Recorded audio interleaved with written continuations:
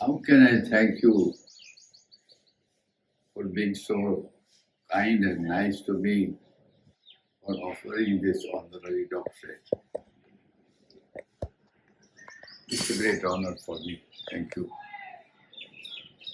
I was just thinking that if we have to talk about architecture and whatnot, I just remember few instances. Few weeks ago, a professor called me from Columbia, and I just told him that when I started the School of Architecture, not knowing history or not knowing anything, I discovered one thing. How does one teach history?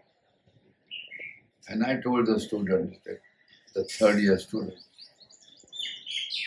that if you want to know what it is, can you design as a problem an imaginary animal?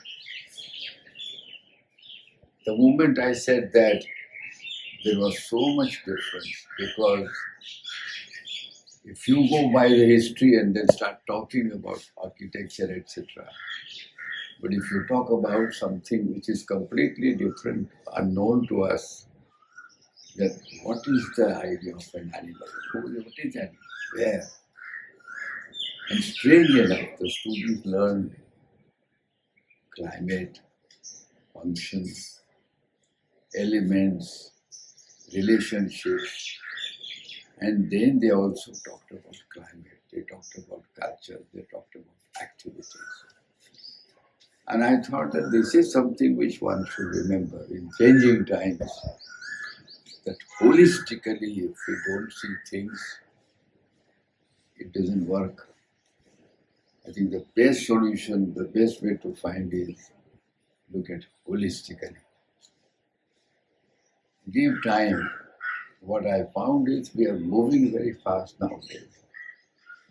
But the only way to talk about is let's go slow. You know, all the ancient buildings talk about slowness. Historical buildings, if you look at them, and particularly the one, the river Paraladio.